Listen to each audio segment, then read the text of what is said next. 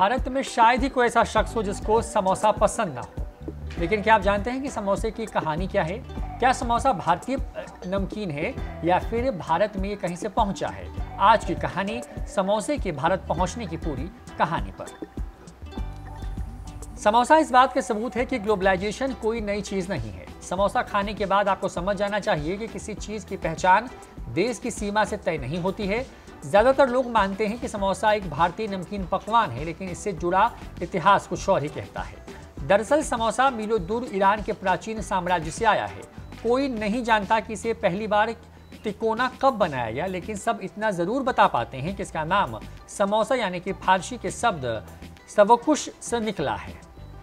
समोसे का पहली बार जिक्र 11वीं सदी में फारसी इतिहासकार अबुल फजल बेहाकी की लेखनी में मिलता है। उन्होंने गजनवी साम्राज्य के शाही दरबार में पेश की जाने वाली नमकीन चीजों का जिक्र किया है, जिसमें कीमा और सूखे मेवे भरे होते थे। इसे तब तक पकाया जाता था जब तक कि ये खस्ता ना हो जाए, लेकिन ज्यादातर भारत आने वाले प्रवासियों की खेप ने समोसे का रंग रूप बदल दिया।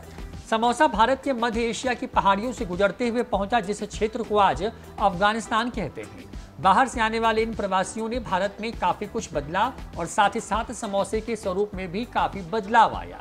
लेकिन समय के साथ जैसे ही समोसा ताजिकिस्तान और उज्बेकिस्तान पहुंचा, इसमें बहुत बदलाव आया।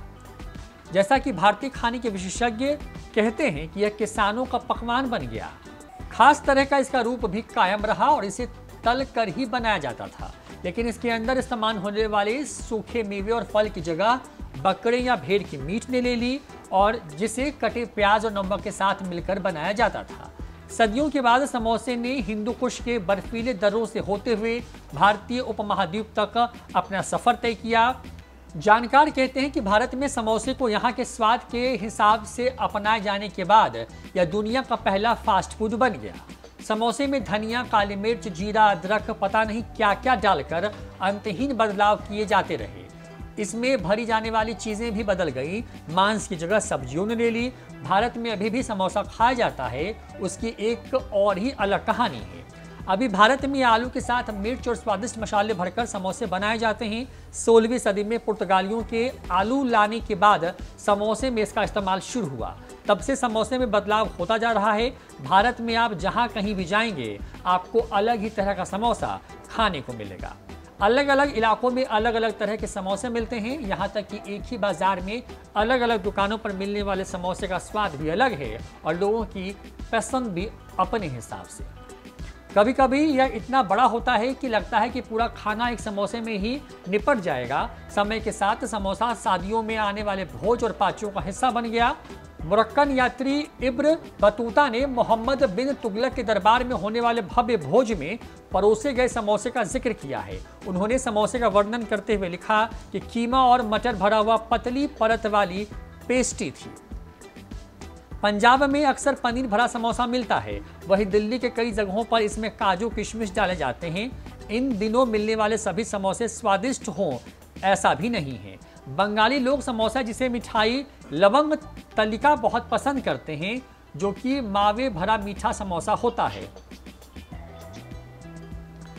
दिल्ली के एक रेस्तरां में चॉकलेट भरा हुआ समोसा मिलता है। जो आम तौर पर समोसा है वो अब भी भूरे रंग का होने तक तल कर ही बनाया जाता है, लेकिन कभी कभी कम कैलोरी वाले वैक्स्ड समोसे भी खा सकते हैं। ब्रिटेन के लोग भी समोसा खूब चाव से खाते हैं और भारतीय प्रवासी पिछले कुछ सदियों में दुनिया में जहां कहीं भी गए, अपने साथ जो एक चीज लेकर गए वो समोसा है। इस तरह से ईरानी राजाओं के इस शाही पकवान का आज सभी देशों में लुत्फ उठाया जाता है। एक बात तो तय है कि समोसा दुनिया के किसी भी कोने में बनेगा, उसमें जो कुछ भी भरा जाए उसमें आपको भारतीयता का एहसास जरूर होगा।